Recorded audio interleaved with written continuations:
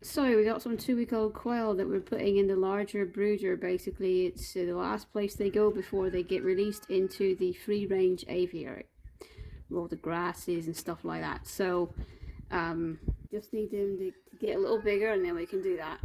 We've been having to get multiple clutches because most of the eggs are not fertile, or half to most majority are not fertile, depending on the luck we're getting. Which brings us to the story of today's chick that hatched. So this is what your incubator looks like when you incubate a dozen eggs and only one's fertile. Yeah, a little overkill, isn't it? You go all to yourself. So before this clutch, we actually were getting about 50% fertility. So I thought at least get 5 or 6, but no.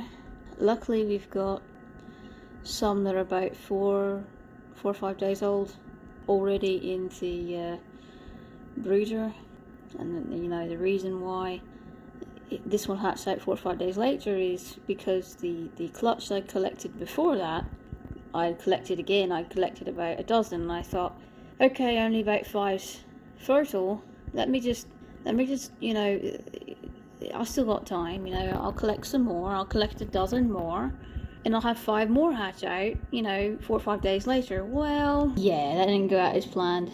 I have 1 more. So is what it is. But if you're wondering why, you already have some in the brooder, that's why. I thought, yeah, they'll be the same, you know, still this kind of the same age that you start to candle them about 3 or 4 days, right? You can candle them and see whether or not they're fertile. So I thought, yeah, 4 days difference, that's not going to be too bad. They can grow up together. Why not? All of this, 3 weeks, no, 2.5. All of this is for you. You must feel very special. Went through all that trouble just for you. Want some friends? Let's take you to some friends. You're walking around pretty good. I think you're fine. Fine to go in the brooder now. Come on, little squeak squeak. Okay, so be kind to the new guy. Okay. You got that yellow vitamin water. You put the vitamins in when they're got that yellow stuff, just in case you're wondering why the water is yellow. It's because it's vitamin water. So what do you think? You can see the age difference there, definitely. Yeah, about 4 or 5 days older. Yeah. Is that another chick from Sunny? Most of our chicks are coming from Sunny lately. At least 2/3 of them. And then we got a little runt over there. It was actually born the same day as the other bigger ones, but was born kind of crippled, and we don't know, he's less crippled than he was a few days ago. He's definitely improving. Can walk, but he kind of waddles when he walks.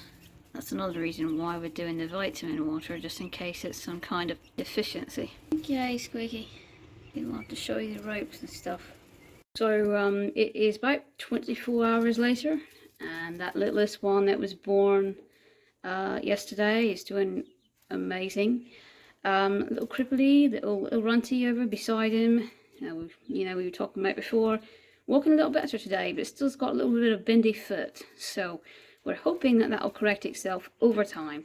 We're not sure yet. And we're actually going to wait until all of them, all 10, get to, you know, a breeding age to try and collect any more eggs, probably, for hatching, because last couple times we've had bad luck with fertility, and hopefully, you know, these guys can help with that.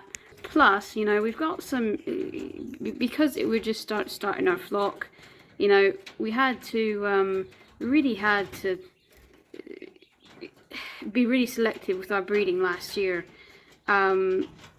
We had a lot of breeders that we ordered from. We ordered about 6-7 different breeders, different hatcheries, that gave us really inbred animals, inbred eggs that hatched inbred animals. And we're trying to correct the inbred genes. So, you know, that's why we ordered from about 7 different places, because you mix all those genes together and all of a sudden they're no longer inbred, they get less problems. The problem is that By the time we got a good assortment, it was autumn, and they kind of stopped laying on us. And now they're getting older, and now they're not as fertile. So even though they're laying a lot, most of it's not fertile. And is it better anyway? These bays have a lot better genetics than a lot of their parents do. Maybe not the runt, but the rest of them, you know, have a lot better because of those mixed, all those mixed genetics. And they probably would produce really strong chicks. That's another reason to wait. Stronger chicks. By the way, when these guys do in a couple of weeks get old enough to be released into the aviary, we will do a releasing video. It's always nice to see. They love absolutely love freedom, and so first time that they're ever, you know, exposed to the aviary, they usually have a grand old time and stuff like that. So we're gonna document that later when that happens, but that won't happen for several weeks. So just look at that, or if you're interested, you know, just keep checking back, because it will be several weeks till we release them. Might be an entire month before we release these guys. So here we have the two bullies, the ones that at this age really they only try to murder the omegas, but when they start getting older, they're going to get more confident, and they're going to try to start even murdering other alphas. And so they're just going to be really, right now they're like, okay, we're equally matched, we are too afraid to, you know, seriously fight one another because we're equally matched. We'll just, you know, spar every once in a while, but we won't actually fight.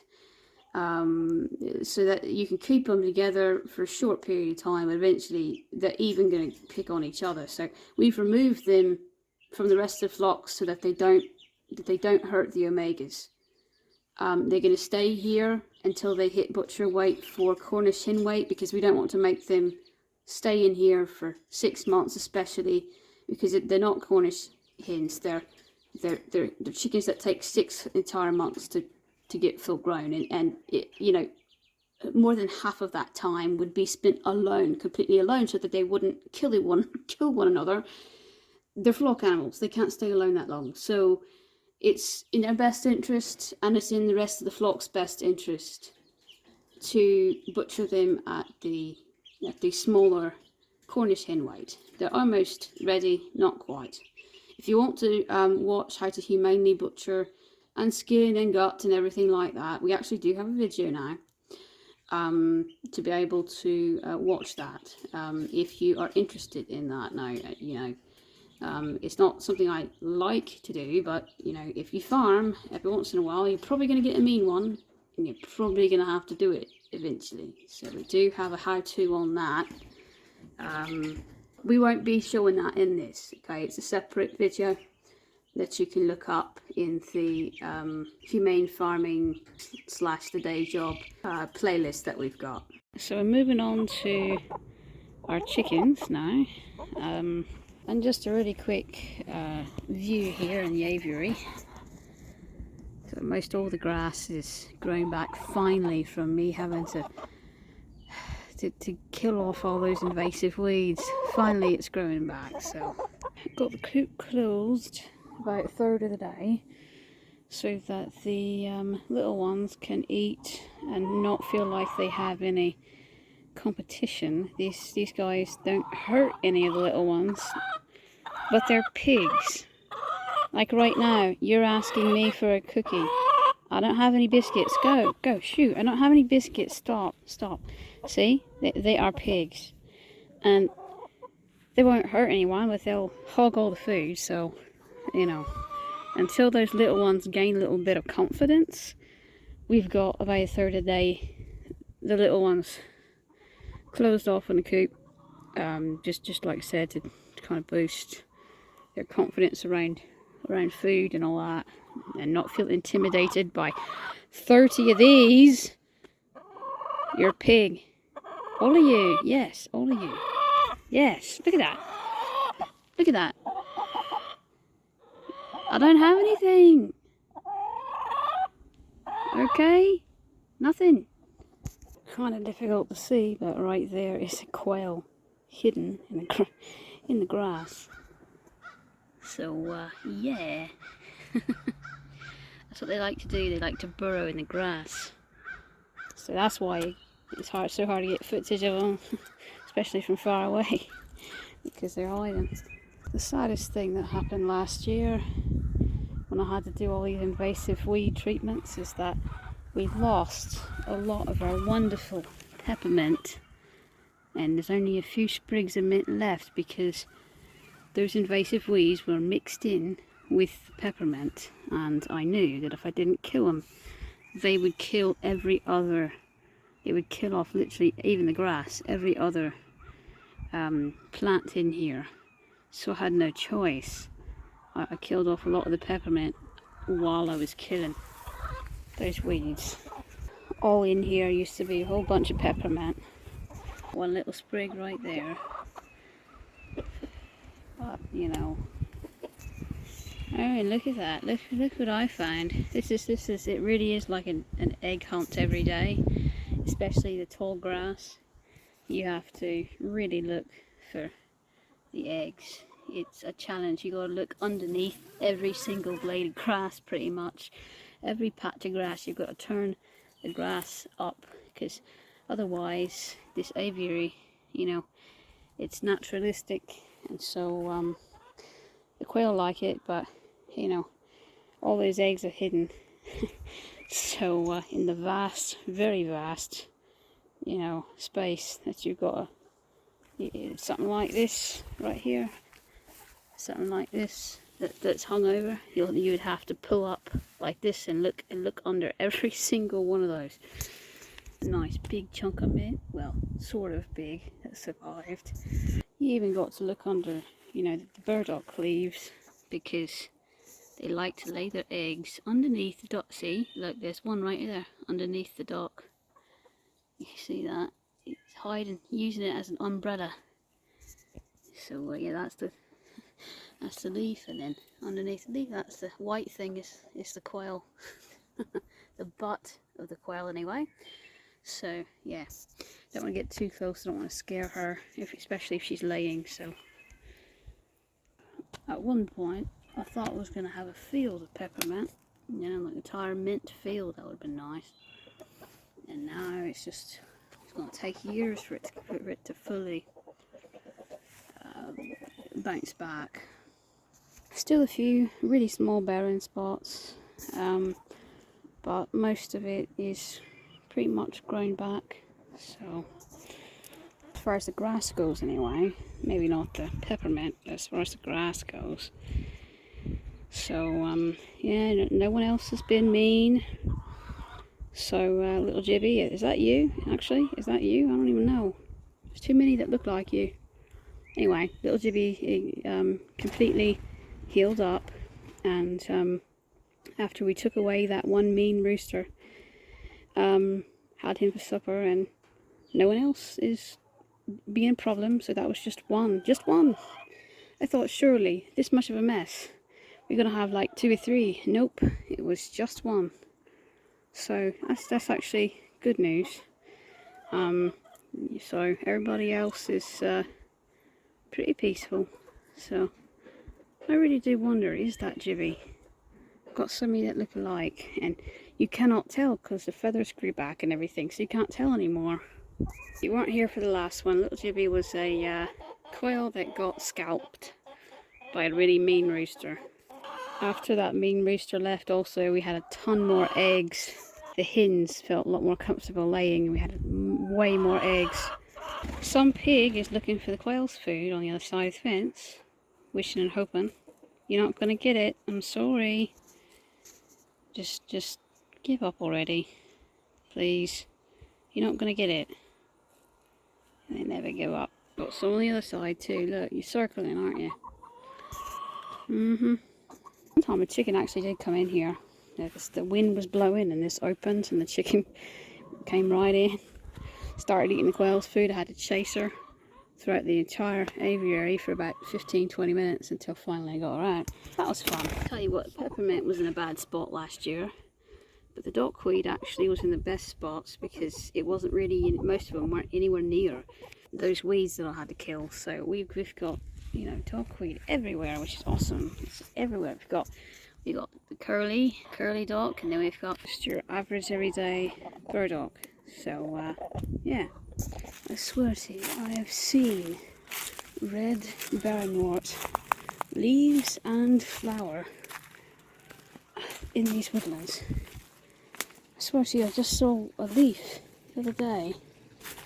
It's like every time it pops up, something eats it, something, before I can investigate further and see for sure whether or not that's that, or more so would be like a little wild orchid. Yeah, it's like, it's right here. It's gone now, something ate it, but they're real happy now. Whatever the fuck ate that, it's real happy now. It's just, you know, it's hard to get seeds, you know. And if it was naturally wild and existing, I thought maybe I could salvage the seeds from a flower and then cultivate it. I'm gonna have to wait again till something else pops up, I guess. So there's most of our little ones that we're gonna keep.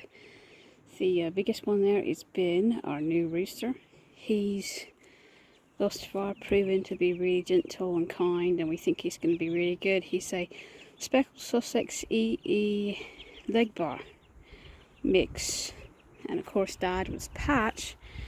Patch is a speckled Sussex EE. Wow, and and then his mom was a leg bar, obviously. So we've got in the wee little ones there maybe one more rooster. I don't know. We haven't, that one's too young to tell for sure. Seems to have a good personality right now, but we're not going to know for sure till later on. So, Ben for sure, the other rooster, which is, we believe, speckled Sussex cross with a Brummer of some sort. So, I don't know. I have no idea. But Patch, which took a little chore underneath apparently, went under the house right there. What were you doing on there, Patch? You find some worms or something? Anyway, Patch, he was tested a while back. He wasn't as confident then, but still, you know, he was tested a while back with Ravenwing, our elderly rooster that sadly passed away from old age. He did pretty good with Ravenwing. We expect Patch to be kind of like Ravenwing. Ravenwing really never fought any other roosters. All that he would do would be to, you know, basically mount the hen that the other rooster was trying to steal from him. But he wouldn't really fight, you know, or be aggressive in any way. And so we expect Patch, because he's pretty docile, to kind of be the same way. However, Patch really does like his ladies. The difference between Ravenwing and Patch is that Patch, you know, is, I mean, there's not a hen he doesn't like. And Ravenwing had his little, you know, kind of mini flock of about 8 to 10 hens that would follow him around. Well, Ravenwing, you know, was probably your typical. Patch, you know, doesn't seem like he selected any of his favourites. I mean, maybe he does, but most roosters do have favourites. I don't know if Patch does. So it'd be interesting to see how possessive is he over these 25, 30 hens. I don't know. But I do know that it's not like him to be aggressive. Patch used to be the Omega, you know, lower than the lowest hen on the pecking order before he defaultly became alpha when he was the only rooster, you know, left. And it took him a really long time to gain confidence, even with the hens. So I'd be surprised if we had any trouble with Patch. This is what I think is going to happen. You know, size flock, we can have up to 3 roosters as long as they get along. Hen ratio needs to stay about 7 to 10 hens per rooster, so you have up to 3. And we assume that Ben is going to be subordinate to Patch probably his entire life, until Patch dies of old age. And like I said, the other one, we don't know about the other one. You know, we don't know. So they're taking some mud baths here. and stretching out in the sunlight a bit, you know, so getting themselves nice and muddy. Yeah. If you don't know, chickens, you know, take mud baths to try and deter, you know, insects and things. Also can help with fungal, you know, preventing fungal infections and things.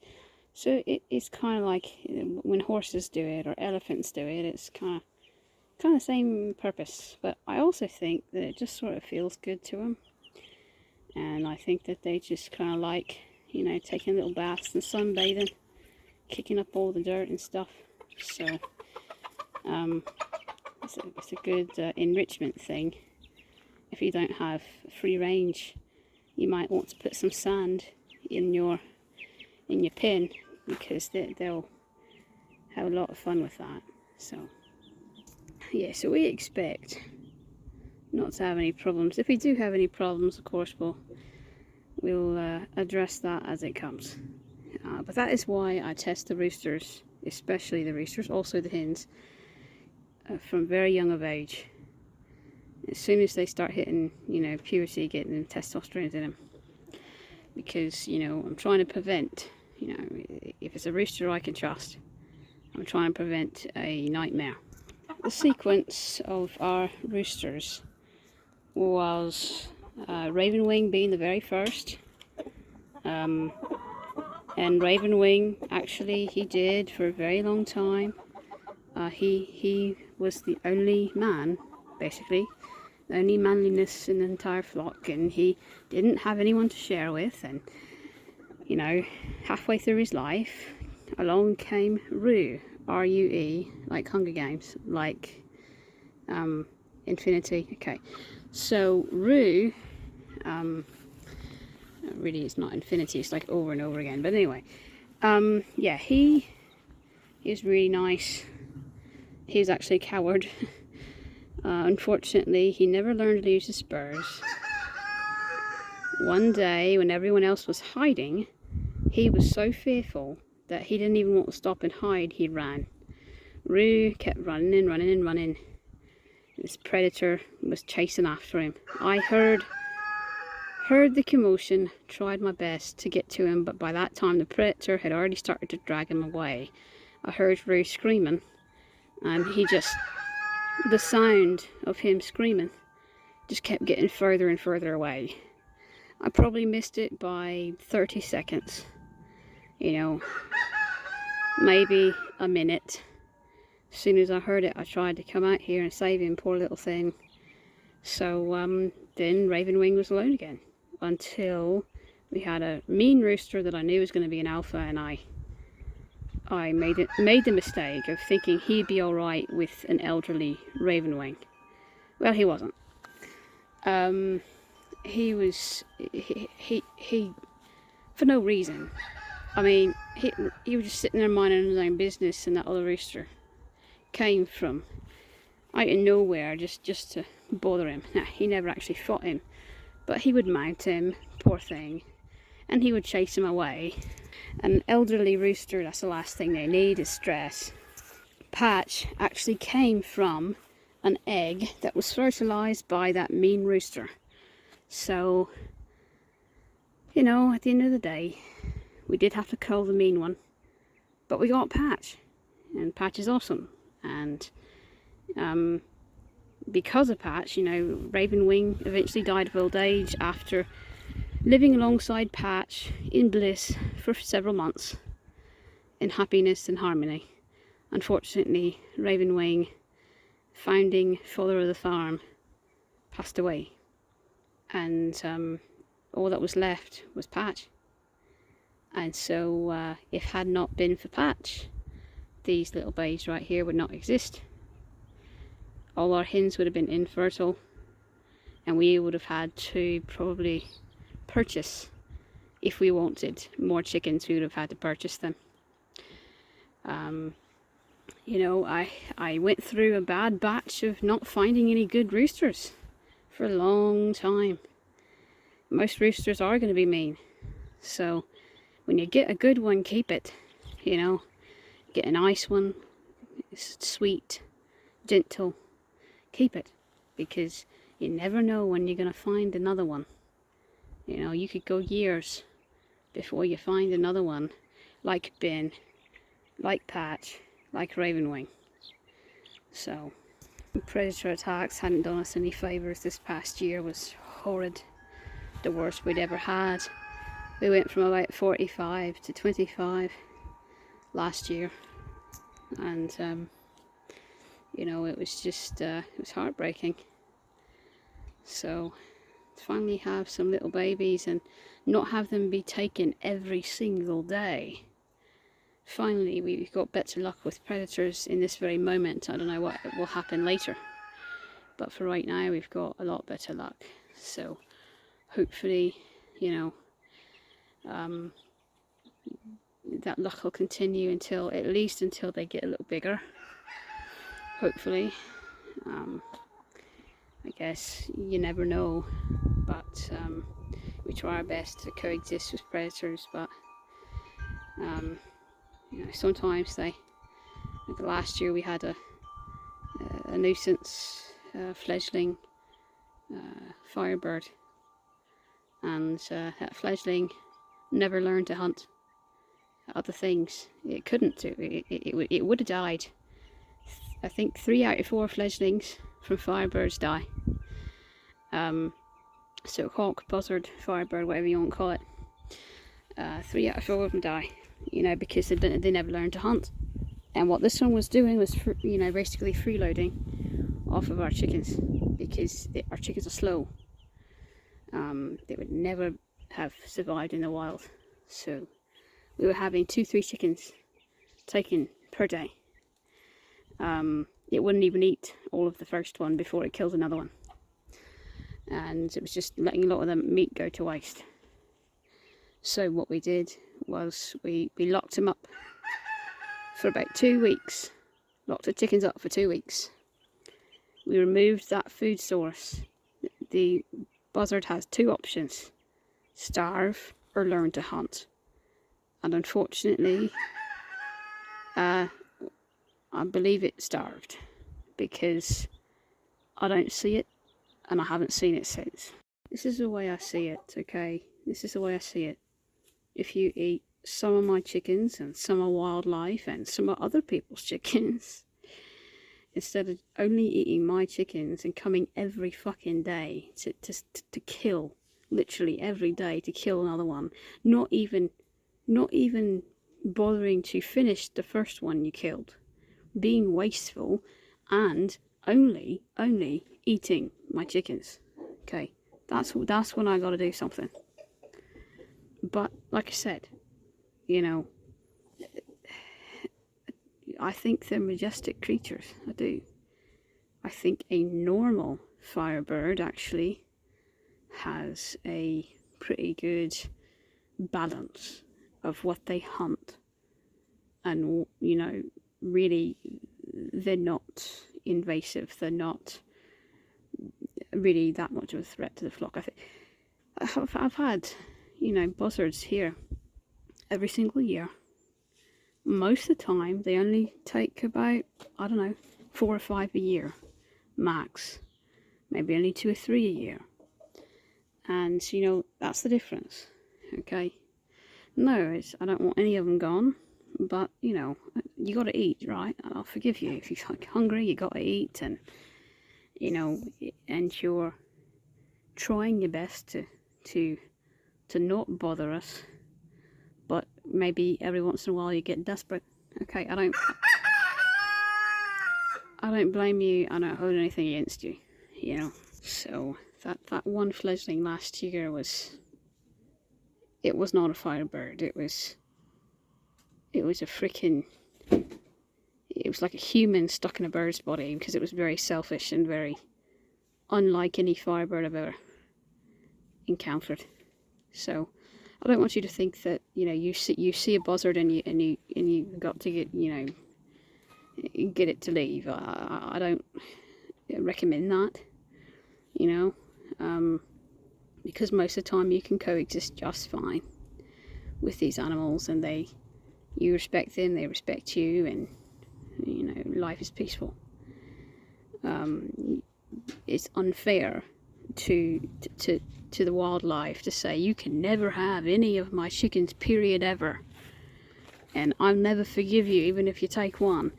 That would make you greedy. That would make you the selfish one. That would make you the evil, heartless bastard. Okay?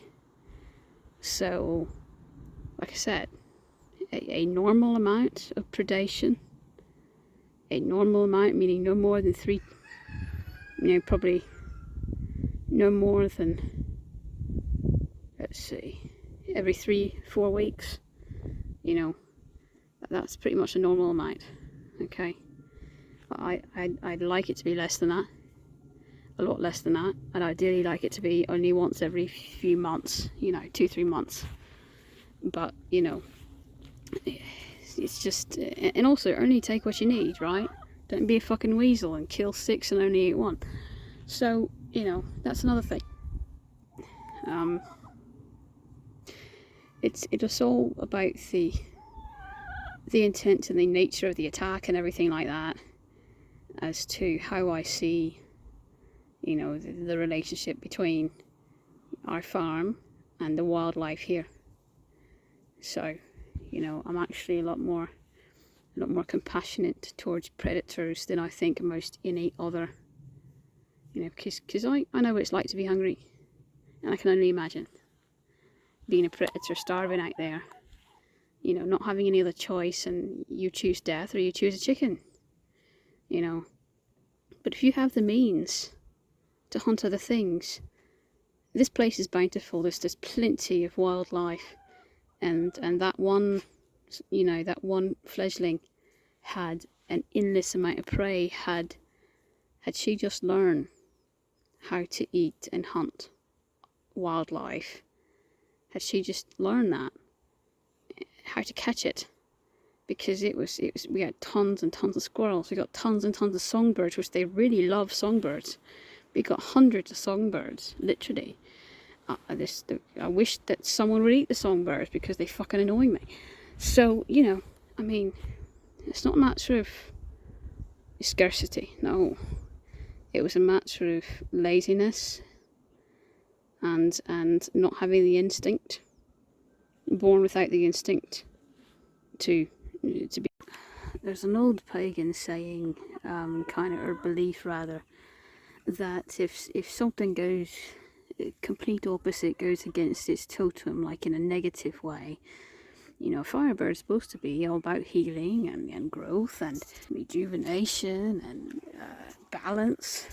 I'll tell you right now, that's why that fledgling, I don't, it was a Firebird, but it wasn't, you know. And we say that, okay, well, if you're so evil that you're doing the exact opposite of what your totem is, then you're going to live a cursed life. And I think that, you know, it's just kind of like inevitable, like it's like the universe, you know. It's a threefold. It happens with people too. If you're selfish, you know, if you're greedy, if you're sinister, if you're heartless, you know, we believe one or two things happen. You're either going to live a cursed life in your current life, or you know, you're going to live a cursed life in your next life. And I think that's why that fledgling was born without proper instincts. I mean, like, if I can catch these chickens, that doesn't take any skill, that doesn't take any instinct, you know. If a human can catch the chickens, literally anything could. I bet you a toddler could catch one of these. So that's not true hunting skills. Firebirds in particular are supposed to be born with instincts. They're not supposed to have to really learn from their parents. At least most species of firebird just kind of learn on their own. She's born without that instinct. She was never meant to actually survive. You know, it's that delicate balance of nature, really. And in nature, you know, it would have never survived. But here on a farm, you know, unfortunately, some situations on farm just kind of they instigate instability. That natural balance that you would otherwise have in nature is gone. The last thing you should do is instigate that and make it worse. So you notice, I didn't, kill the animal. I didn't chase away the animal. All I did was put the chickens in there and lock the door. And because they rely on, meat not only for their food source but their water source, they don't drink water. Weird but true fact. You get all that, water from the prey that they catch in the blood and things. So actually, they don't last very long without a food source, because the food is also their water. So basically what I did was I dealt with it the way that nature would have dealt with it, by essentially removing the flock as a source of food. It was essentially like they'd never been here, and it just kind of defaultly went back to what nature and wildlife would be had I not be here, and had the farm not be here. And that's all I had to do. Now, you got to be diligent about it. You got to do it for a long enough time. It's a pain in the ass, but to keep them in that long, but you save their lives, and at the end it's worth it, definitely. So I don't have any biscuits.